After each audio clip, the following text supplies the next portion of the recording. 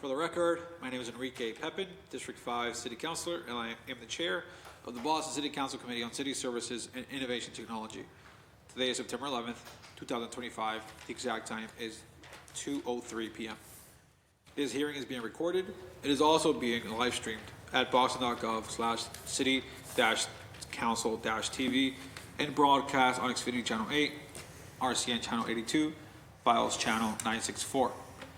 Written comments may be sent to the committee, email at ccc.csit@boston.gov, and will be made a part of the record and available to all councilors. Public testimony will be taken at the end of this hearing. Individuals will be called on in the order in which they signed up and will have 2 minutes to testify. If you are interested in testifying in person, please add your name to the sign-up sheet near the entrance of the chamber. If you are looking to testify virtually, please email our Central Staff Liaison, Cora Montrond, at Cora, that's CORA.MONTROND@boston.gov for the link, and your name will be added to the list. Today's hearing is on docket number 0257, order for a hearing to discuss accessibility in Boston City Hall.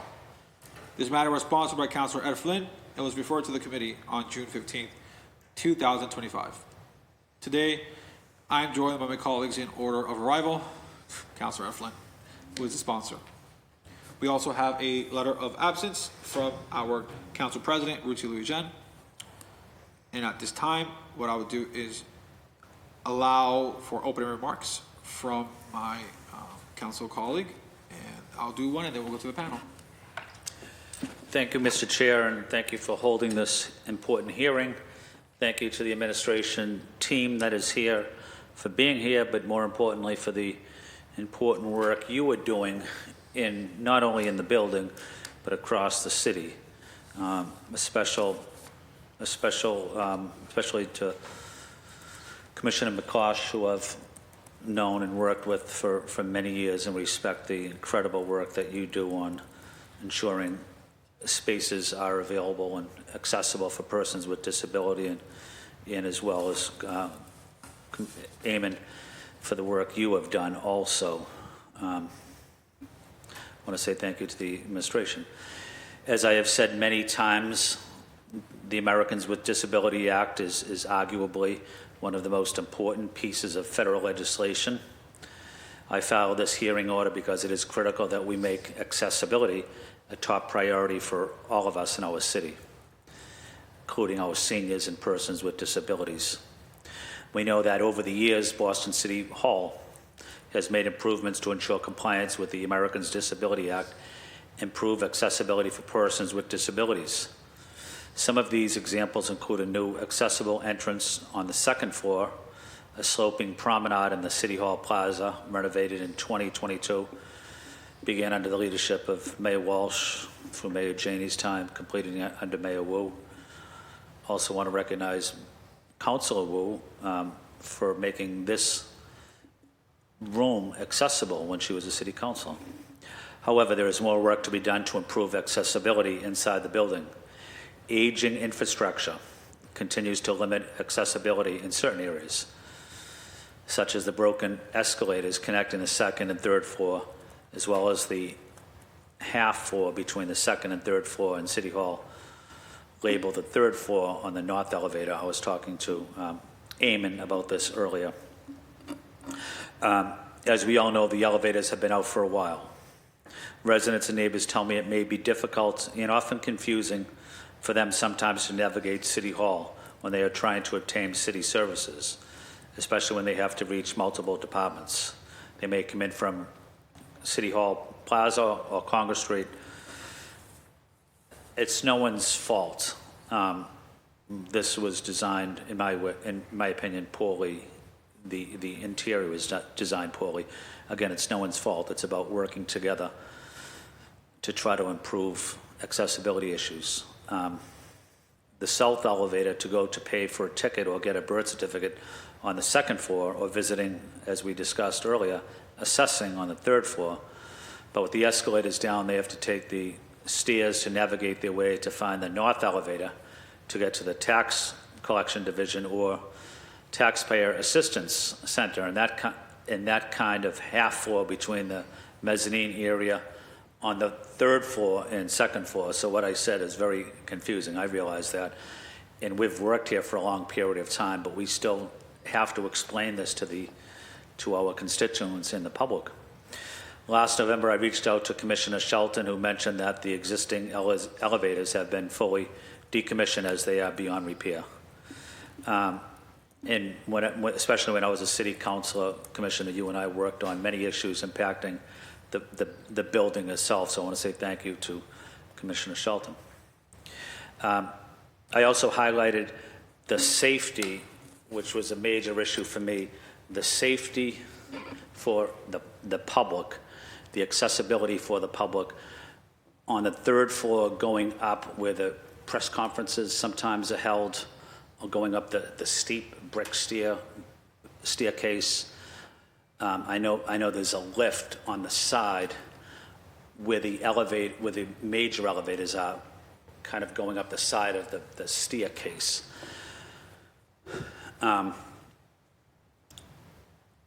My issue with that, I don't think it's respecting persons with disabilities. I don't think it's respecting our seniors. It's very difficult to navigate. And it sets an example that, this isn't really all that accessible. Beyond that area, which I'm concerned with, and I'm sure you guys are concerned with too, is the steep stairs as well. I watch people closely during those press conferences, or sometimes there's events there, but I watch people closely when they're talking, and sometimes they're a foot away from the stair, and if they ever fell going down those stairs, they would be in serious medical condition because of how dangerous they are, in my opinion. So I do want us to have a conversation about that staircase and how, in my opinion, it's not safe, it's not accessible. But I'm going to stop there. Again, I'm not blaming anyone, because I know all of you have done your best to improve conditions in the building, and you're willing to work with everybody to improve conditions in the building. And that's the reason I called for this hearing, is so we can make improvements. Thank you, Mr. Chair. Thank you, Councilor. I'll also just say, thank you to Councilor Flynn for sponsoring this docket and for being a champion for ADA accessibility in the city, particularly in city buildings, as well as in BHA developments. Thank you to our panelists for being here to share their knowledge, and thank you to any and all the community members who've raised the importance of this issue to their councilors and city departments. I look forward to the coming conversation today, and would like to now give the opportunity to our panelists to introduce themselves and to do any opening presentation that you may have. So thank you for being here. Thank you, Councilor Pepin.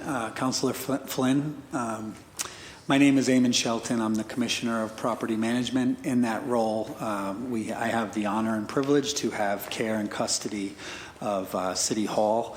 But as you know, that's not a responsibility that I bear alone. My colleagues here from Landmarks Commission and Disabilities Commission, we partner quite closely on all issues regarding the building.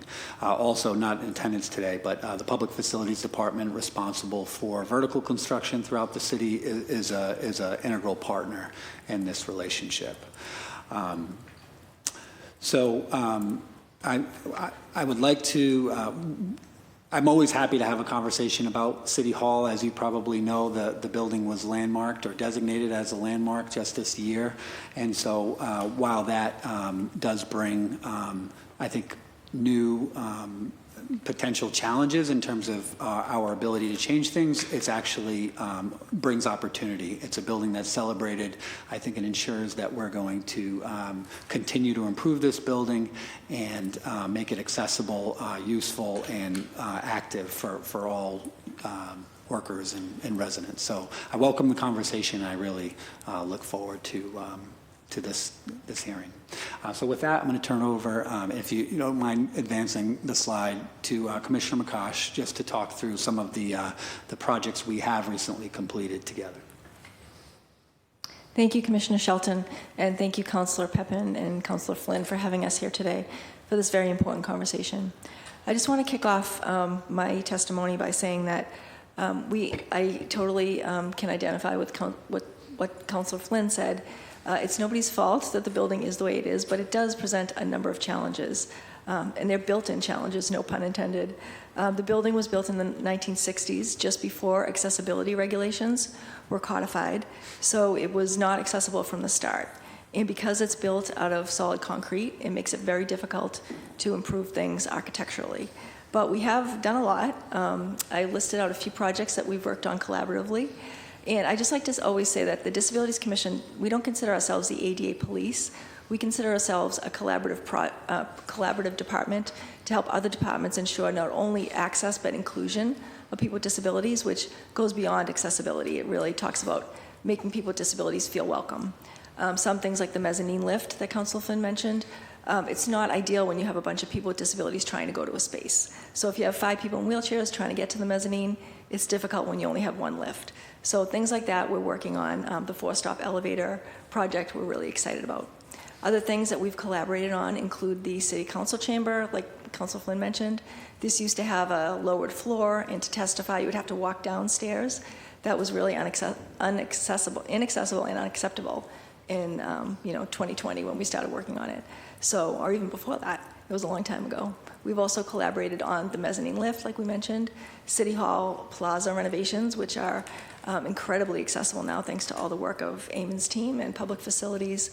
And then finally, the City Hall bathrooms. When I first started here, I was appointed under Mayor Menino 15 years ago, and there was not 1 accessible bathroom in City Hall. And now we have 5, I believe, and we are slowly getting there. Like you said, there's a lot of work to do, but I think through our collaboration, and now that the building has been landmarked, certain pieces of it, working closely with the Landmarks Commission, I feel like we will be able to make significant changes to improve accessibility and safety. Next slide, please.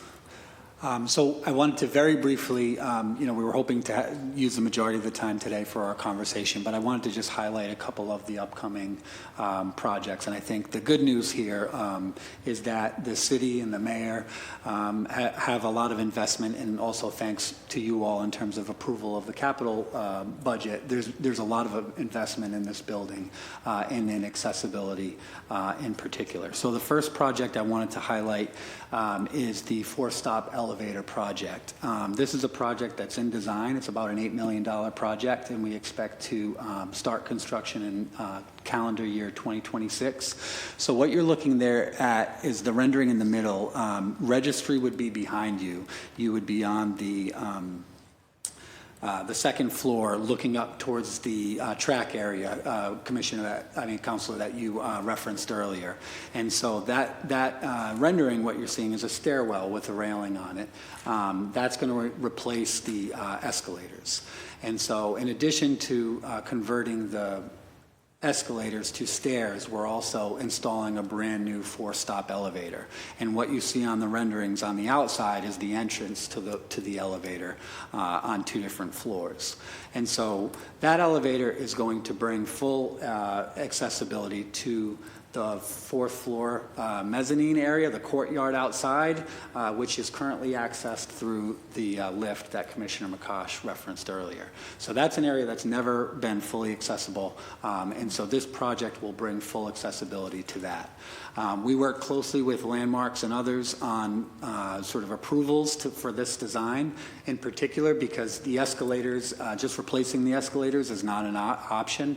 It's not, they're not considered accessible, and we work closely with Disabilities Commission. They don't approve of escalators in public buildings. So this project in particular, really exciting in my opinion, and will do a ton to improve accessibility throughout this building.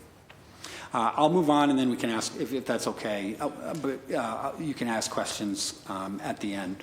But also, if you need to interrupt me, please feel free. The other, another project that's also in design that I wanted to highlight is City Hall Plaza Phase 2. And so Phase 1 really dealt with the main plaza and the north side of the property. City Hall Plaza Phase 2 will deal with the south side. So the Congress Street Stair, where the beer garden is, where the Bill Russell statue is, all of that area, and that sort of entryway to the building. It will also deal with the outside courtyard, which is sort of in the center of the building for those that are not familiar. And so these are pretty rough renderings, I admit, but just to sort of tell you what you're looking at. So the largest rendering in the middle of this, or the image that you see in the middle of this presentation, is actually of the courtyard itself. And so all of that, while there are ramps in the courtyard, none of those are compliant accessible ramps. And so this project will renovate the skylight in the courtyard, clean it up. It'll make all of that, the access on the courtyard, compliant with ADA and with current regulations.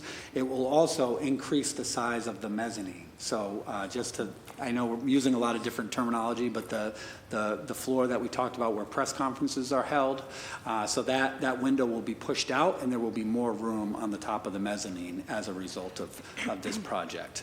The last thing I wanted to highlight with regard to City Hall Plaza Phase 2 is the rendering that you see, or the image that you see in the top right-hand corner of this presentation. What you're looking at is essentially Government Center beyond you and sort of that side of the building. So you'd be coming up the Congress Street stairs. This is the view that you would see. And so right now there's all that stair that you have to navigate to get into City Hall. There would be a new ramp that would actually get you there. And so another accessibility option to get into the building. So those, and again, that project, it's actually a $50 million project. We are in design right now, and we expect to kick off construction in 2020, also calendar 2026. The last project, a little bit smaller in terms of dollar amount, but I would say quite impactful in terms of if you could advance to the next slide, please. I'm sorry. Quite impactful in terms of the visitor resident experience. So we are going to do a minor enhancement renovation of the registry department, and this is where you would go for your birth certificates, death certificates. So it's a very active space within the building. As you probably know, the windows, the transaction counters are currently not accessible. And so this project will modify 3 of those windows and make them accessible for the public. You can see in the rendering there sort of the contrast. On the left-hand side, you see a person in a wheelchair, and you can see sort of the current height of the transaction counter and then the modified height. This will also improve some of the ergonomics for the staff. The staff behind the counters, some of them have to sit on high benches and it's hard for them to reach across the counter, so it will make some improvements there. And then finally, there will be the introduction of some seating and accessible workspaces out in the lobby for people to do their business. As you've probably seen, if you've been there, people are sometimes crouching down, they have their paper on their lap, they're signing documents, or sometimes they're using sort of the concrete pillars that project out of the side of the transaction windows. So this will create some space for them to do their work. So those are the sort of major upcoming projects. As I said, sometimes when we have these hearings, unfortunately we don't have sort of project funding. I think the really good news story here is that we have about $58 million or $58.5 million of projects upcoming and planned for City Hall that are going to kick off pretty soon. So with that, I'm going to stop, turn it over to Joe to talk about sort of the landmarking process in general and how we've collaborated, not just in the last year, but even in prior years. And then I'll open it up and answer any questions that you have. Next slide, please. Great, thank you. I'm Joe Cornish. I'm the Director of Design Review for the Boston Landmarks Commission, and I'm with Elizabeth Sherva. Sure. Deputy Director of the Office of Historic Preservation. I'll just say, as Commissioner Selton said, we have a very long history of working together. on preserving and making City Hall accessible. It goes all the way back to 2007 when a petition was accepted to designate City Hall as a Boston landmark. And as you heard, it's recently been designated a landmark. And that doesn't mean that changes cannot happen. And we have a very clear and very predictable design review process. And we work very closely with Commissioner Shelton's team and Commissioner McCosh's team to get projects approved and move forward. Some of the projects that we've reviewed, going back to my time here to 2015, the exterior lighting project of City Hall. We approved the vertical lift in 2022, replacement of exterior doors to the mayor's elevator in 2022, mechanical equipment on the roof, and all of these were done really before the property was designated. So again, it just talks to our good working relationship together. In terms of accessibility, we were very excited, and we remain excited about these projects that will make the mezzanine a much more usable space.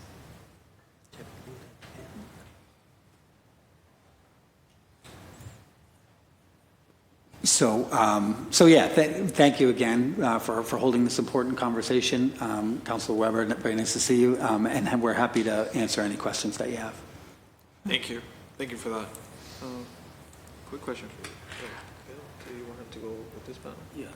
Is that okay? Yeah. Yeah, okay. Of course. Bill, do you want to introduce yourself as well? I can barely hear you. I apologize. Sorry. I don't have my hearing aids because they don't work. Okay. My name is Bill Topp, and City Council Flynn invited me to be here today. I was declared legally blind April 22nd, 2025. So all of you look very fuzzy to me. In August, I did a walking tour of City Hall with a staff member of City Council Flynn's staff. There's some good things here, and of course there's not so many good things. I am Community Accessible Monitors, certified by the state's Office on Disability. So let me take you on a brief tour of what I saw that day. If you are a first-time visitor in a wheelchair, a walker, a scooter, there's no signs directing you as you come down Washington Mall where to go. Then as you approach the doors, there's no sign directing you to the handicap accessible door. Walking in, I'm very grateful for the security team and the volunteers who helped me. I don't know Braille, so they helped me push the button as they did today to the 5th floor. So we walked around.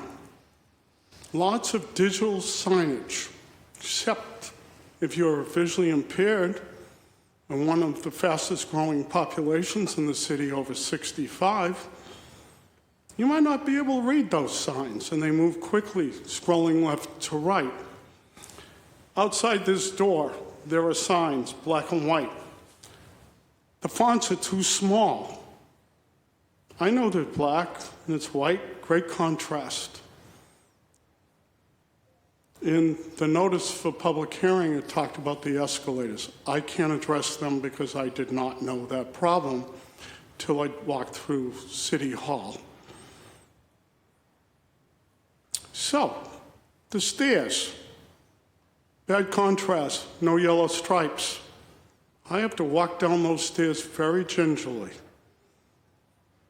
Pretty awful. Now, I come up to a floor. I can't read the signs where to go to a room number. Can't see them. I have to hope that somebody is walking the halls or I walk into an office that's open to find out where the right office is. So, what do you do about it? Okay, Commissioner McCosh I want to acknowledge, because I know her team is doing a great job to work across the city to make it more accessible. I serve on the Age Strong Commission Senior Advisory Council, and I'm also a volunteer for the Age-Friendly Business Certification Training Program, which, by the way, is free. So, what happens? Got to navigate quickly, efficiently.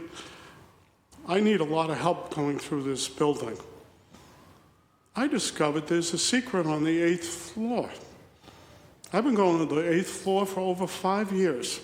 I did not know that there was a cafe there fully accessible to people with disabilities. So there's a lot here. Now, it's very interesting. I have a city business card right here. The font is too small. Why isn't it printed in Braille on the other side? Should be. I need an app to convert the text to audio so I know who this person's business card is. Lastly, my eyesight has taken me all over the world. Literally. Zoom, met people. I've met people. There are potential organizations in this city and this state and around the country that could partner with the city of Boston to make it the most accessible city in the world. But they're hidden. They're not all on the web, or they are, but they're there. And lastly, and this is outside, there is a pharmacy desert across the city now. But there is a company based in Philadelphia that could help the city residents. And I'm lucky enough to have met and know the president and the CEO of that company. So thank you for your time. Thank you for being here, Bill. Okay, so at this time, I also just want to recognize that we've been joined by Councilor Ben Weber, so thank you for being here. We are going to move on to questions from the council. I'm going to allow my colleagues to have, I'm not going to use the timer today, so just 7 minutes, starting with Councilor Flynn, Councilor Weber, some questions. We'll go from there. Councilor Flynn, the floor is yours. Thank you, Mr. Chair. Thank you, Mr. Chair. Again, thank you to the administration team that is here. Bill, thank you also for your important work. You offered excellent testimony and feedback. Maybe as a follow-up, either to Eamon or to Kristen, and I go back to those stairs that are very concerning to me. The stairs at where the press conferences are, where it has one lift going from the elevators up. But Bill mentioned, the possibility of yellow tape or yellow something to let people know that you're close to the edge of the stair, and if you fell off that yellow tape or if you fell off the stair, you really have serious medical related issues. But besides that, is there anything else that we can do? I'm not saying put up some type of structure there, but is there anything, thinking outside of the box, that supports someone that could potentially fall over? Or is there other buildings that have similar problems that they've done something to provide better safety for the public? Councilor Flynn, before we talk about the stairs, could I address some of Bill's other concerns? Of course, Kristen. Just yeah, very briefly. Of course. Thank you, Bill, for coming out today. Excuse me. And we work closely with Bill, so we know a lot of his issues. Speaking of City Hall Plaza, I do just want to let Bill know that there are signs pointing to the accessible route. They're blue signs with the wheelchair symbol, and they are all along the Washington Mall. Granted, somebody who has low vision may not be able to see them, but they are there and they are compliant. So just so we know that there is signage outside leading to the building. And we work closely with property management to get those signs installed. My office also produced an accessibility guide, which can show people with disabilities how to get around the building, where the accessible bathrooms are, the shortest route to get places using which elevator. So that's something that we can spread to different departments throughout the building and to security, so that people can have that if they need it. And then business cards, I know you mentioned having Braille on the back. My office does have business cards with Braille. The challenge is obviously business cards are very small, and the Braille takes up a lot of space. So even though we have Braille business cards, literally we just have our email address on it because that's all that will fit. But thankfully, due to technology, like Bill mentioned, there are ways to get this information to an audible form and things like that. We also pay attention to signage in the hall and ensure that we have the color contrast. I will check on the font sizes. I can check with Eamon on that, but we do pay attention to those things because wayfinding is critical, and we understand that. And then just talking about other agencies that do accessibility work, we're very lucky in Boston to have the Institute for Human-Centered Design, which is a world-famous, very reputable organization that does accessibility work, and we work very closely with them. So I just want to say all this to Bill so that you know we are working on it, and all your suggestions are either in the pipeline or active in what we're working on. So on that, I can just briefly mention the stairs. I do understand your concerns. I worry too when I'm at the top of the mezzanine and I see people close to the edge.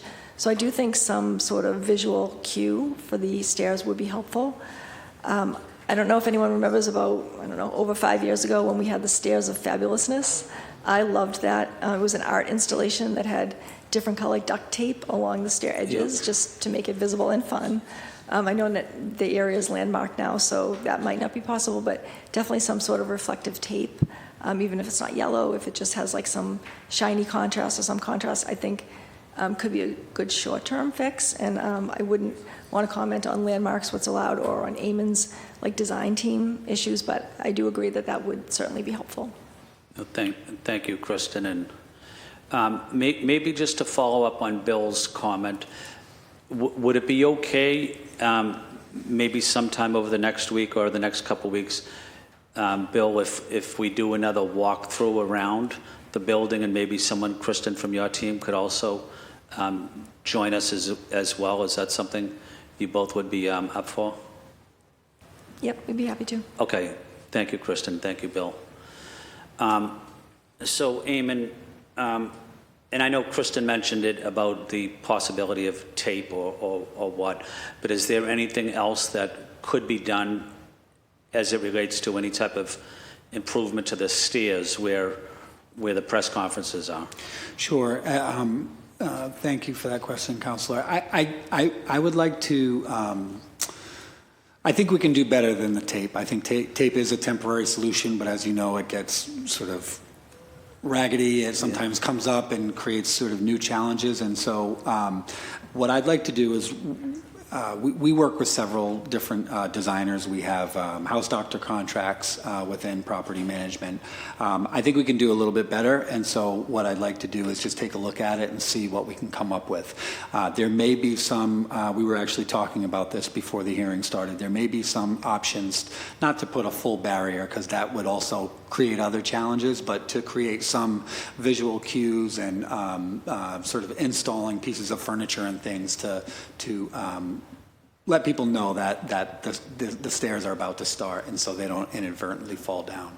So I totally appreciate the concern, and I agree that it's a real one. So what I would like to do with my team and along with my colleagues here is study a couple of solutions, because as I mentioned, I think we can do a little bit better.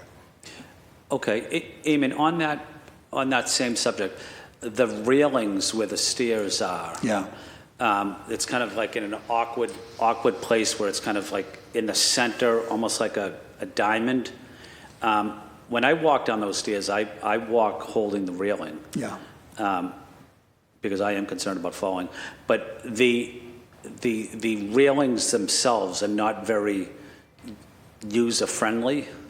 Maybe on the far left and maybe on the far right, but the one kind of in the diagonal in the middle.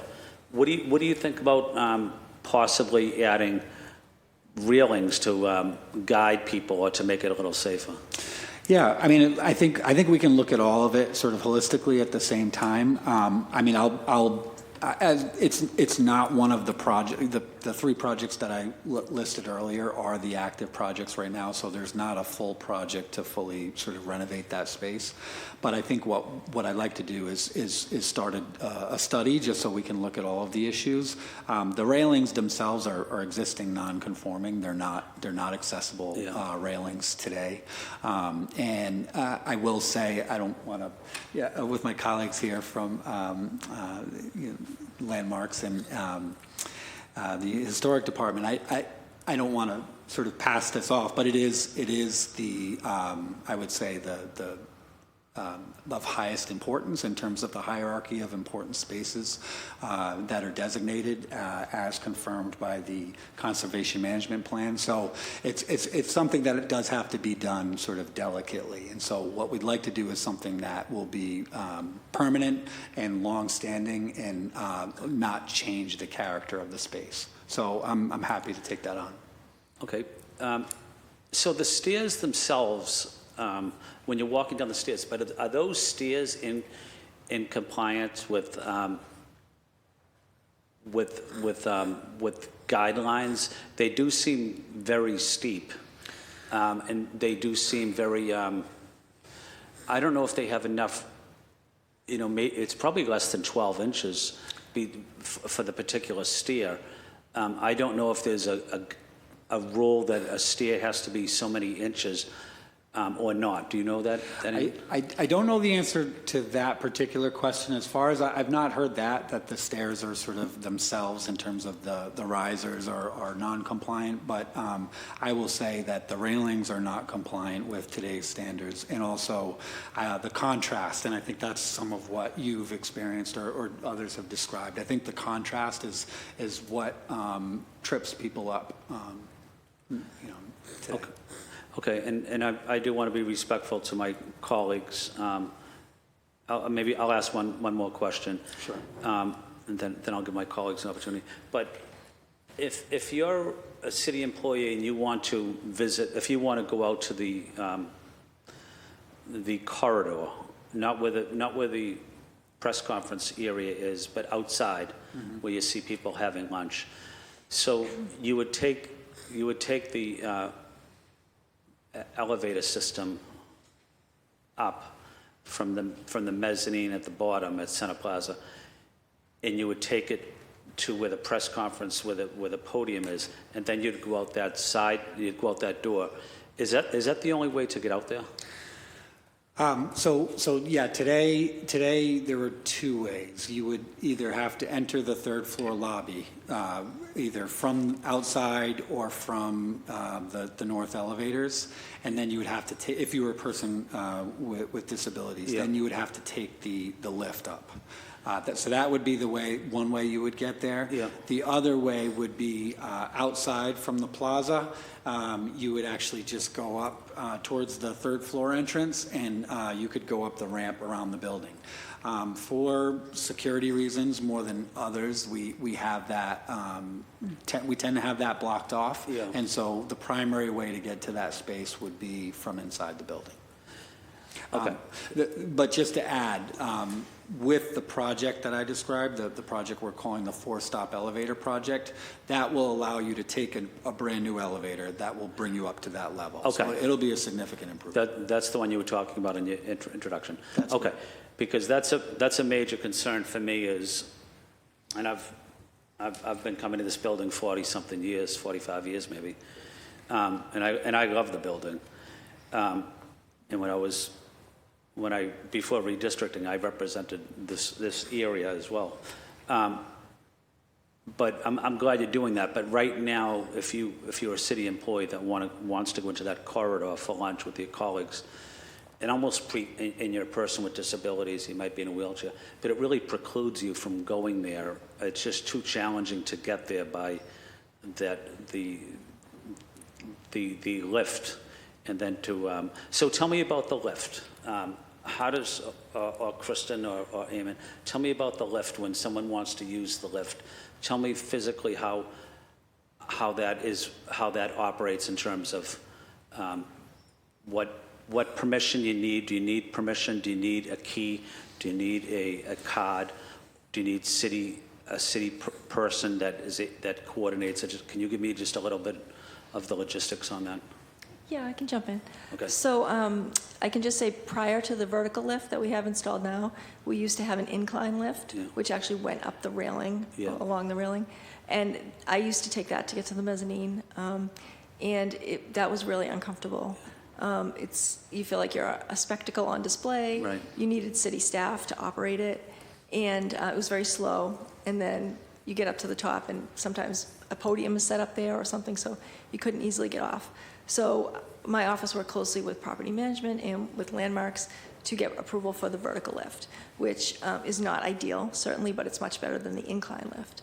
So the vertical lift is a platform. I'll also say the incline lift was not helpful for seniors or anyone else because there's no seat on it. I could roll on in my wheelchair, but if you were just an older person who couldn't do like 30 steps, there's no really way to stand. You'd have to stand on it and hold on. It was just very awkward. So now with the platform lift, that can help anybody who's a senior. They can stand inside right on the platform of the vertical lift. So the way it works is there is no key. In fact, it's against the law now to have a key on those lifts because inevitably the key always got lost. Yep. So there is no key necessary. There's no key existing. There's no reason to grab city staff, although we have trained the senior greeters and we've trained some in municipal services, but would like to do more training. We also printed up the directions in 10 languages and they're posted at the elevator, at the lift. So it is very simple to operate. Like I said, the instructions are posted. You really just press the button on whatever floor you're on. The door will open automatically. When you go in, you wheel in or walk in and you press the floor that you want to go to, either 1 or 2. You do have to hold the button down for the length of the ride. And then when you get to the top or the bottom, the door opens automatically. So it is very simple. It doesn't include any manual work of opening or closing the door. The only manual work required is holding down the button. I think people, it's not intuitive because people intuitively go to open a door, and that's not what you're supposed to do.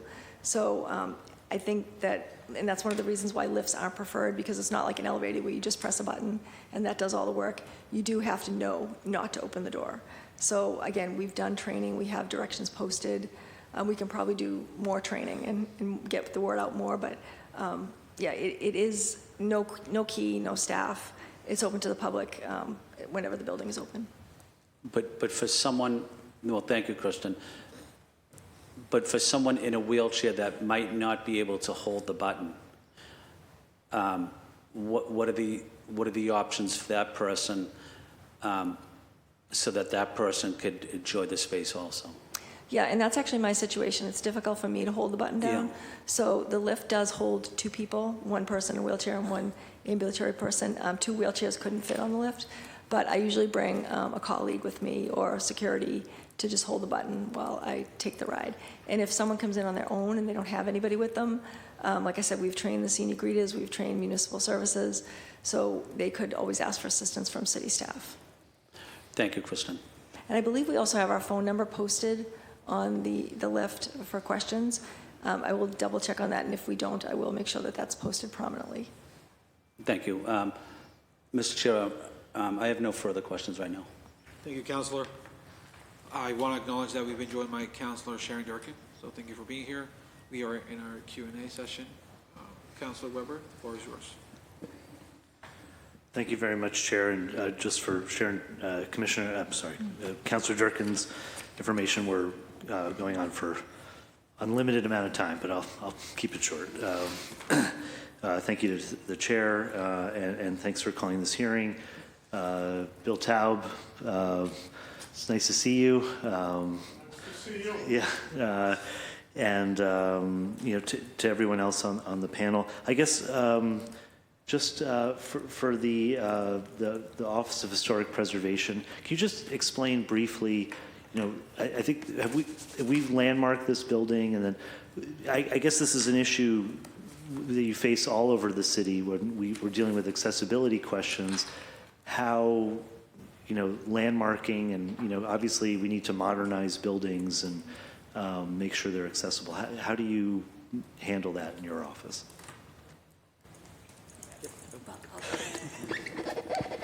I do have to say that there's many buildings around the city that are landmarks. They're not just local landmarks, but state and national landmarks that are accessible.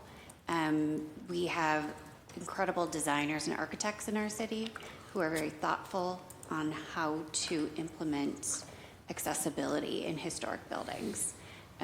We take a look at what can be the least impactful around historic materials, but we also take a look at what are the character defining features of a building or a structure, what's very important to that building, and where are areas that we can work in.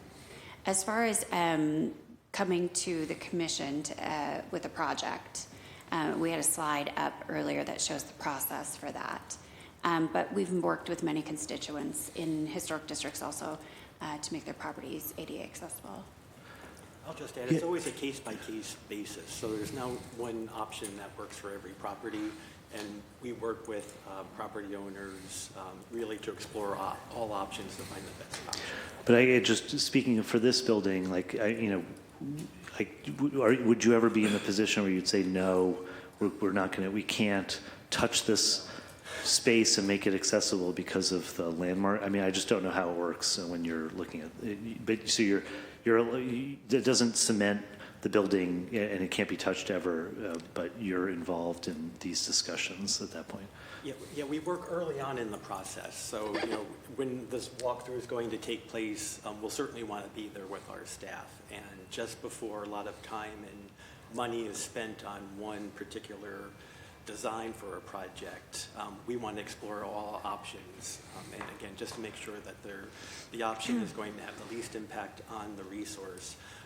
But obviously that all options are explored.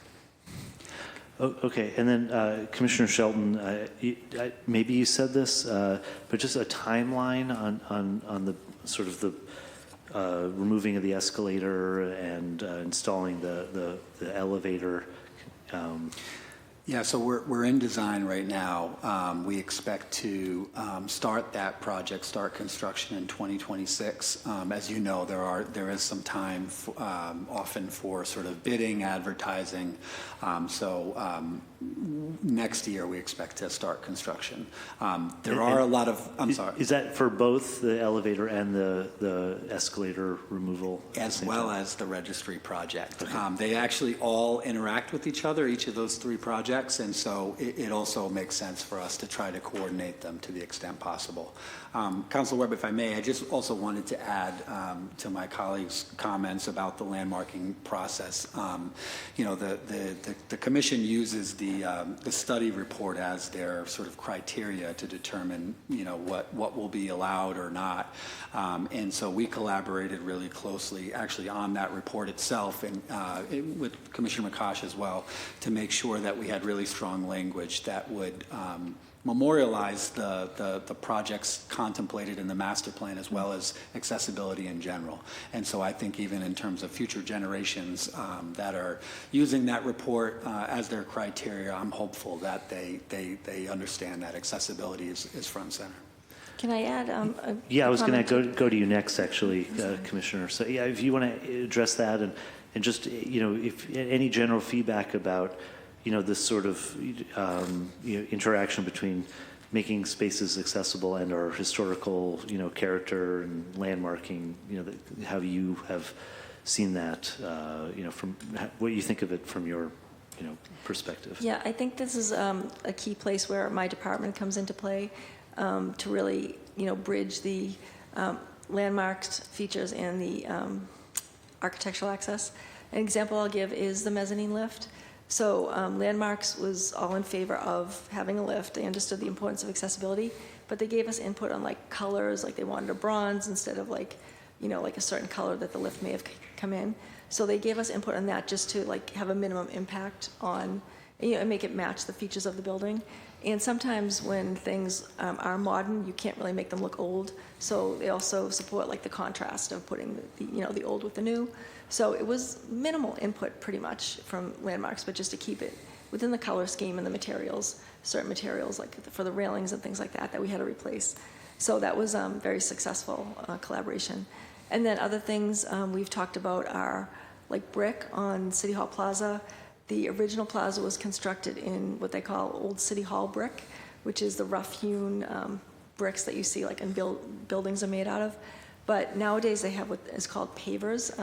So we put brick pavers in on the plaza rather than the old school brick because those bricks become dislodged, they're uneven, they're really rough to walk or wheel over. So now Landmarks is always usually on board with pavers, brick pavers instead of the brick out on the outside areas of City Hall. So that makes a huge difference to people with disabilities, and things like that are things that we can collaborate on. Also, really discontinuing the escalators because we knew they weren't not functional and not accessible. So Landmarks supported our decision to say we're going to get rid of the escalators and make a compliant stairway in their place. So I haven't seen it as a barrier, and as long as we stay in close communication with their staff and my staff and Eamon's staff, I think that moving forward we can make all the changes that we need to make.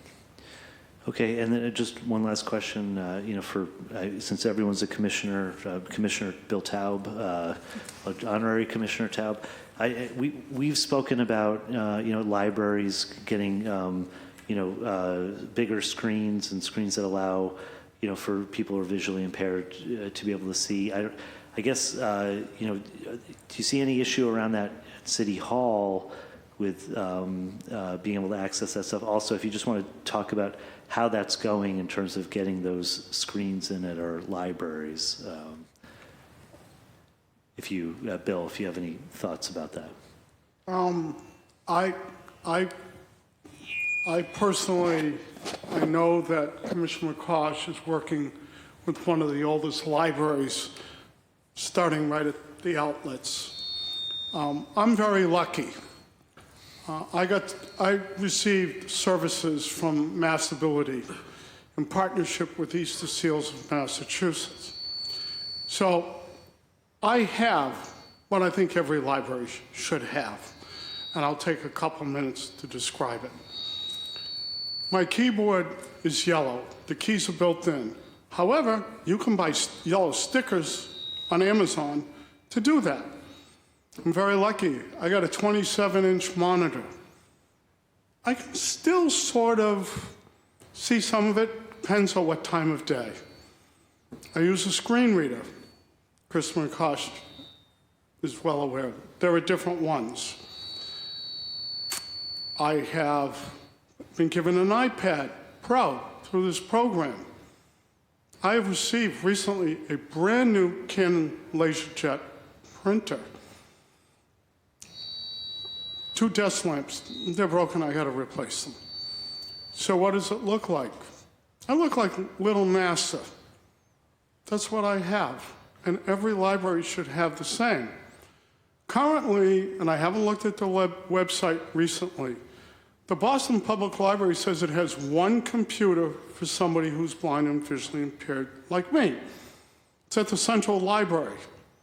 For months it didn't work. Now, I haven't been in the library in a couple weeks, but the last time it did. It has a screen reader called JAWS. You have to pay for that. There are free ones. So the question is, what is the city of Boston going to do? Now, last year, I wrote a report, researched and wrote a report that was submitted to library staff management and a member of the library's board of trustees. Here's what's really sad. In my opinion, the Boston Public Library is the worst library in the country if you're blind or visually impaired. What should people who are blind and visually impaired have? I recommend that everybody go to the Teenage Center, Copley Square. It'd be nice to have that. Small, but that. It would be great. And the cost I'm talking about minimally, with a $4 billion city budget, it barely equals 0.000 infinitum to 1. I looked at 3 cities, Cambridge, Newton, and Seattle. Why Seattle? Seattle is also a technology hub for the world, and its population size is similar to Boston. The difference is striking. Striking what they say on their website, what Newton says on its website, what Cambridge says on its website. Personally, Boston Public Library, in my opinion, is a disgrace if you're blind or visually impaired. And think about a child who's blind or visually impaired. There's nothing in those libraries. Nothing. In JAWS, the last thing, is published by a company called Freedom Scientific. It's not easy to learn, and I'm about to get my copy through the Mass Commission for the Blind. I'm about to begin another interesting journey. Once again, thank you for the opportunity to speak. Okay, thank you, Chair. Thank you, Councillor. Councillor Durkin? Thank you so much, Chair. I'm really grateful to be here today, and thank you, Bill, for your recollection. I know I have been in touch with David Leonard about the email you sent me about that particular issue. I know the Copley Library is technically in Councillor Flynn's district, but it is used by a lot of my Back Bay neighbors, so I will continue to advocate for you and whoever else needs a visually impaired computer to be able to use that. And for me, this is really personal. I have the alleles for macular degeneration, and I know that I will be blind in my lifetime. So I care deeply about this issue, Bill, and thank you for your advocacy. I did come to this hearing because I care a lot about City Hall and was really proud to be the chair of Planning, Development, and Transportation when it was made a landmark. So I just want to thank you for the very intentional work that you all did on the study report to both enshrine that this building is both architecturally important, but also that we're preparing for the future and making sure that it can be what we need it to be. I know I've called Eamon many times. I really want there to be a City Hall gym. I also want there to be somewhere for us to eat lunch. I think like having, sort of like if you've gone to any other government building, I think there's a lot more opportunities for people to gather together in different ways. So I will continue to advocate for those things that are a little bit outside of the box. But I think that, health for me is both being able to eat together in community with each other and also potentially work out in the morning or at night. So I did notice that one of the spaces that I thought could be a City Hall gym was heavily utilized the other day. So I know we're at the brims and what we can, what kind of space we can, but I'm really excited. I think as I was coming into this, one of my staffers said, well, check on the escalators, and it's good to know that there's a plan to at least make that a stair, because I do think it's sort of unsightly and really doesn't represent the building well. I also want to shout out Mame Gately, who is a City Hall volunteer on Mondays. She's become my Kenmore liaison, so she's on my staff now, and she brought up an issue to me about people entering the building through the third floor. Sort of, we should be encouraging people to enter through our new second floor, because oftentimes when you're coming to City Hall, that would be the best face in a way, given that the transactional spaces are right there. So that's my first question. I just wanted to ask if there's any way that we can encourage people to enter through the second floor, because obviously it does sometimes feel when you're in this building for the first time like it's a labyrinth, and it's kind of hard to explain how to get to the transactional spaces, which is where people are usually trying to go. Can I make a comment on that? Yeah. So before you got here, Counselor, I did mention that my office has put together an accessibility guide of wayfinding for City Hall, and that's something we can spread more widely. But the guide does tell people from the public, depending on what space they want to go to, what the best entrance is and what the elevator connections are. And I do think that makes sense. The second floor, there's a bathroom open to the public on the second floor that's fully accessible now and compliant. We also worked as part of a phase on City Hall Plaza. We did the interior ramp leading up to from the second floor up to the Elections Commission and the ticket counters. That's now compliant. So it is a really good entrance to come in on, and we are happy to spread that brochure. We also talk about working with Do It to put this information on the web, because we know how important it is for people with disabilities to know before they go, so they will know, so they don't end up having to walk around like big areas of the plaza or not knowing where they are. So we definitely should get this information on the web. So we've been talking about that for a while, but I will make a point to push that forward after this hearing. And also, I did have some more information to share with Bill. Would it be possible for me to Absolutely. comment on that? Okay. So, Bill, I did want to let you know, I know we've had this conversation many times, but the Boston Public Libraries do have screen readers. They do have large keyboards. I was just checking with my staff, and from what we know of, 16 branches have large keyboards. And also, just in general, so that counselors know, there's a difference between accessible and adaptive. There's no way we could make every library's computer station adapted to people's specific needs. So there is a basic level of access that we provide, that the library provides, and they also work very closely with the Perkins School. So, some of the things you said, Bill, they're not true, but it's just because you don't know about them. So we do need to get a better job of putting this information out. And one thing we're working with, we work with the libraries. We have a monthly meeting. We just had it this afternoon, early before this hearing. And we're working to get this information on their websites because it is important, again, to know before you go. And that will be something we can do, Bill, to put the information on the websites, which branches have the keyboards, which ones have the screen readers, and, the different accessibility at each branch, because some of them have accessible tables, some of them don't. So we're working closely with the operations team. I know Eamon was at the library previously. We worked closely with him on modifying and improving access at the library. So it is by far not a terrible library for access, and I'm actually really proud of the Boston Public Library system. Can I address some of the Commissioner's comments? Just so you know, in every single computer in the Boston Public Library, there is a free screen reader built into the operating system. For Windows, it's called Narrator. For Apple, it's called VoiceOver. What I have found in a limited survey, library staff does not know about the built-in screen readers. I have actually taught some of the library staff in the West Roxbury Library about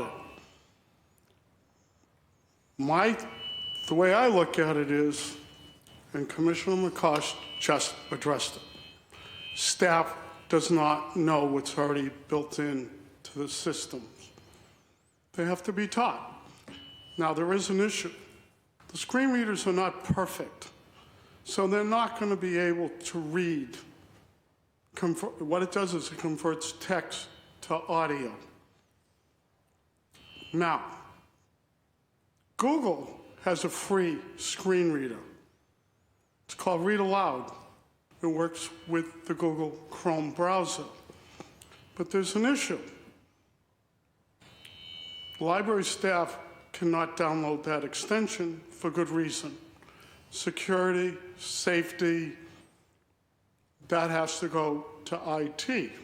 Hey, Bill, I wanted to, because I'm particularly interested in City Hall, I was hoping we could potentially talk about this offline, because Sure. I actually do have a chain that I've started with David Leonard, so I am happy to, and I can Sure. add you to this chain. Just want to make sure that for a lot of people watching, though we don't have many people watching, for the folks that do watch it, I just want to make sure that my questions get Sure. on the record. Sure.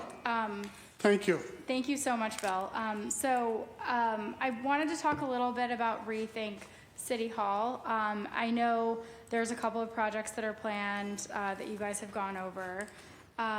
One issue that sort of in terms of the landmarking that had been talked about was City Hall was designed so that a lot of the offices had access to light, but then later on when there needed to be more office spaces created, there were these sort of walls put in so that people that,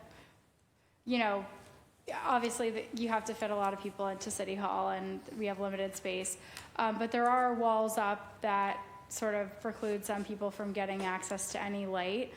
So some of the city workers that reached out to me in terms of City Hall landmarking said, my desk has absolutely no light.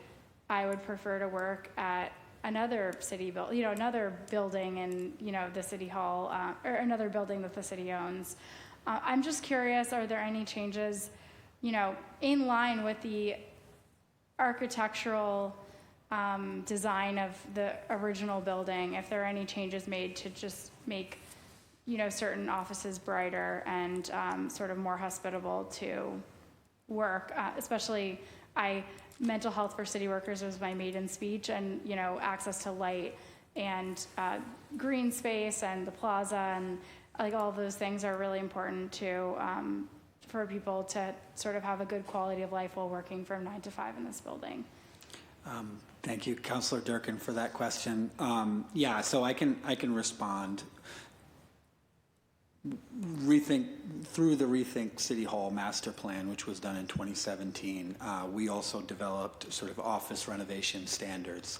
And with a few exceptions, every renovation that we've done since that time actually sort of reverses that trend that you described. So as opposed to all of the offices being sort of against the window and sort of executives or directors having access to the windows, the offices have been moved more closer to the core, with the light being available to sort of the general staff. So that's been a model that we followed in multiple renovations throughout the building. Well, because I have noticed that certain offices have like really good positioning, and I would prefer for those to be board meeting rooms instead of like an individual person's office, if that makes sense. For sure, yeah. So as I mentioned, I think there Not that it's my say. No, there are a few exceptions, but in general, that's the model that we followed. There are office suites, unfortunately, in this building that actually do not have windows at all. So therefore, unless we sort of punched holes in the wall, wouldn't have access to light. But I think when the Court Street renovation project is complete, we're going to be moving several city departments to Court Street, and that will open up some new opportunities to move some things around and realize some of the goals of the And I know master some city plan. workers that want to move there. Yeah, several are, but happy to speak offline on that. The only other one thing I just wanted to mention is in regard to the third floor or the north entrance versus the third floor entrance. The one thing I will add to that is that if you're coming to the fifth floor, for a council hearing or the mayor's office, the third floor entrance is still your best bet. I think once the four-stop elevator project is realized, which we hope to start next year, that'll make that a lot easier. But I think, designating one entrance or pointing people towards one entrance, it's still the best to get up to this level. Well, I know, I think the city councilors, we all use these back stairs. We're crazy people, so we're not all traveling on the elevator, mostly because, if you're not in a friendly mood, you don't want to get on the elevator. Understood. Just kidding. So I'm really thrilled to see all of the improvements enshrined in the study report. I do, along with Councilor Flynn's advocacy on just making City Hall accessible, want to just say that, I appreciate that this building is historic. We all do. It's interestingly, our offices are not part of the landmark status, so that's a good thing. I think there's improvements that could be made over there. But I do think I really appreciate the breadth of the study report and just the collaboration that's clearly taken place, which gives me confidence that more collaboration can take place when other needs arise. So thank you all for your work. And I know I have some other points of advocacy, but Eamon, he always answers my calls, so I'm sure I can advocate there. But thank you so much to all of you, and I'll let my next colleague speak because I know we have unlimited time, but it's nice to be nice, so thank you. I just like to have a nice conversation in these hearings. All right, thank you, Councilor. Councilor Worrell, the floor is yours. Thank you, Chair, and thank you to the panel, and also thank you to the sponsor for always advocating to make sure that City Hall is accessible, and not just City Hall, but our sidewalks, our schools. So just want to give a big shout out to Councilor Flynn, who's always been an advocate, and then also to Councilor Mejia, who has pushed language access as well here in the city on her time on the City Council. I'm going to go and review the tapes. I don't want to go ahead and ask questions that my colleagues have already asked, but I just want to say thank you for your attention on this matter, because the more information that we could get out to residents, the more that they could take advantage of the resources to improve their life. So just thank you for just making the city of Boston more inclusive and more accessible in the information as well. So thank you for your time. We'll be diving into the tape and also your study. Thank you. Thank you, Councilor Worrell. Councilor Flynn, I know you had a follow-up question. The floor is yours. Thank you, Mr. Chair, and thank you to my colleagues for being here and for their important questions and comments as well. Eamon, as the property management director, sometimes out in the center plaza near the Bill Russell statue or near the cafe, the News Cafe stand store, some of the bricks are loose at times. Why is that? And what is the short-term and long-term plan to deal with the loose bricks that you sometimes see out there, but is there any way to permanently fix the bricks, or what is the plan? Yeah, thank you for that question, Councilor Flynn. So the phase 2 of our plaza renovation will deal with a lot of those bricks. So that's like the long-term plan. But with that said, it's not that there is going to be a limit of work even in that project, and so there will be some of the original bricks that will remain, mostly going back towards Washington Mall, towards the old State House. So I guess in terms of our short-term plan, we do have a masonry contractor sort of under contract, and so in some of our staff even have that ability to masonry skills where they can replace bricks. We do regular sort of site visits, walkthroughs through the plaza, and when we find them, we address them. But I would encourage you, sort of building users, visitors, staff people, to reach out to us, to submit a 311 anytime they see a loose brick or a missing brick, and we can resolve that relatively quickly. Okay. And I know you mentioned it at the beginning, and maybe you can highlight it again. But if you're at Faneuil Hall crossing the street on Congress Street, coming towards the big stairs on Congress Street. So tell me about the plans again for making that accessible. I know you mentioned it, but can you give us another update, please? So just so I'm clear, you're talking about sort of outside? For the outside, yeah. Yeah, so I will say that the Congress Street stairs, as people can visualize, if Faneuil Hall is behind you and you're heading towards City Hall, toward we call it the Congress Street entrance, there's a pretty significant differential between the top of the plaza and the bottom. And so our plan through the plaza renovation project is to restore those stairs. So those stairs will remain stairs. However, once you get to the top, whether you've accessed through Washington Mall or from Government Center, there will be a new ramp that will be installed on the south side of the building to get you up to the third floor. Okay. So on the weekends, if you're at Faneuil Hall crossing the street and you're in a wheelchair, you basically have to go around Congress and up that little part of State Street, and then continue kind of around towards the newsstand. That's correct. You either have to go that way or towards the playground in that way and go up Hanover Walk. So either one of those. Okay. Or, the building would be closed to the public. You could enter through the Congress Street if you were doing business within the building, but otherwise those would be your two paths. So for tourists, and we all support our tourists coming to Boston and making it as accessible as we can for everybody, really. But for tourists also that aren't familiar with that area on the weekends, are we able to communicate with the public about what recommendations there are in terms of if they can't access the stairs, that they can access going around the building towards State Street or the pavilion area as you highlighted? Yeah, I'm happy to work with Commissioner McCosh and the Disabilities Commission. I think there's a lot of sort of like jurisdictional questions, whether it's a street sign that ends up being the street or it's something closer to the building.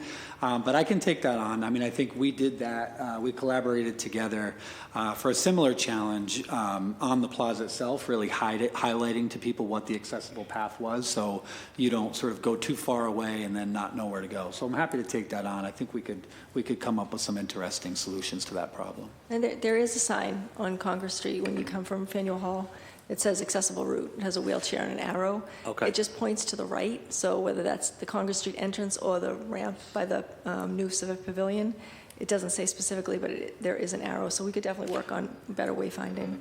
Okay, that's excellent.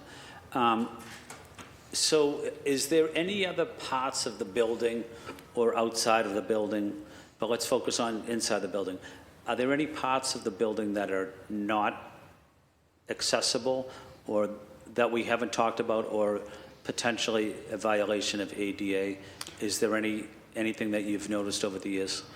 Yeah, I can speak to that, Counselor. Yeah, so I mean, I think we sort of started with this, but I would say that our approach to improving accessibility in this building has been sort of incremental. Anytime we have an opportunity to do a project, we build accessibility into it. But not in terms of like violating ADA, I can't think of any. But there are existing non-conforming conditions, so conditions that would not meet today's standards. I would say several doorways, most bathrooms, Yeah. most railings are non-conforming at this moment in time. So as we do future projects, as we touch bathrooms, as we renovate sort of openings, we obviously intend to improve accessibility. But there's you know, I think as you've stated in your hearing order, there's a ton of work to be done. So non-conforming means it may not be a violation of ADA, but it's just not all that accessible for persons with disabilities. Is that accurate? Correct, and you wouldn't be able to build it today. So if you Okay. installed it today, it would be in violation. But accessibility sort of contemplates existing conditions. There are different rules which trigger sort of the requirement to update to ADA standards, but for the most part, we're sort of in compliance at the moment, but there are definitely elements that are not conforming to today's standards. Okay. And the only final point I wanted to make is, and again, want to say thank you. And Bill, I'm going to, if it's okay with you, I'm going to send an email from my assistant to you and to Commissioner McCosh's team and to Eamon if he wants to join us, maybe sometime over the next several weeks, if we can have someone from both of your teams and we could at least maybe do a walkthrough or a tour, if that's okay with everybody. Sure. Yes, that's fine with me. Quite frankly, this has been quite a learning experience for me, hearing other folks talk about what they do. So thank you very much. Well, thank you, Bill, for being here. And you highlighted many issues in your opening, and my staff helped me with talking points that you highlighted as well to us. And I know we covered all of them. I wanted to make sure that your opinion was heard and respected here. And again, want to say thank you to everybody here from the administration for the important work that you're doing. And again, it's about working together and respecting everybody and ensuring that persons with disabilities are treated with respect and dignity. And I think we probably have the best Commissioner for Disability Rights right here in the city of Boston under Kristen McCosh. So I just want to acknowledge Kristen and her team as well. Mr. Chair, I don't have any further questions. I want to say thank you for holding this important hearing. Thank you, Counselor. Counselor Weber, any follow-up questions? Yeah, I don't have any follow-up questions. I just want to thank the chair for, running a great hearing. Thanks to Councillor Flynn for filing this, and thank you everyone on the panel, commissioners, and Bill Taub, constituent. Nice to see you, and thank you very much. Thank you. To the panelists, any final remarks? Anything that you would like to say? Thanks for having us here. Thank you. Yeah, thank you. Thank you for being here. Thank you. What I'll say is just thank you so much for today's conversation. I just also want to thank Councilor Flynn for bringing this docket to the chamber, just because it's always important for us to have these type of conversations to know how could we make a building more accessible, especially the city hall here in the city of Boston, where it's where everyone is coming to do any type of business, whether you're paying a parking ticket, you're getting a birth certificate, you're meeting with any department in the city of Boston. So I'm very grateful that we were able to have this conversation here today. But with that, this hearing on docket number 0257 is adjourned.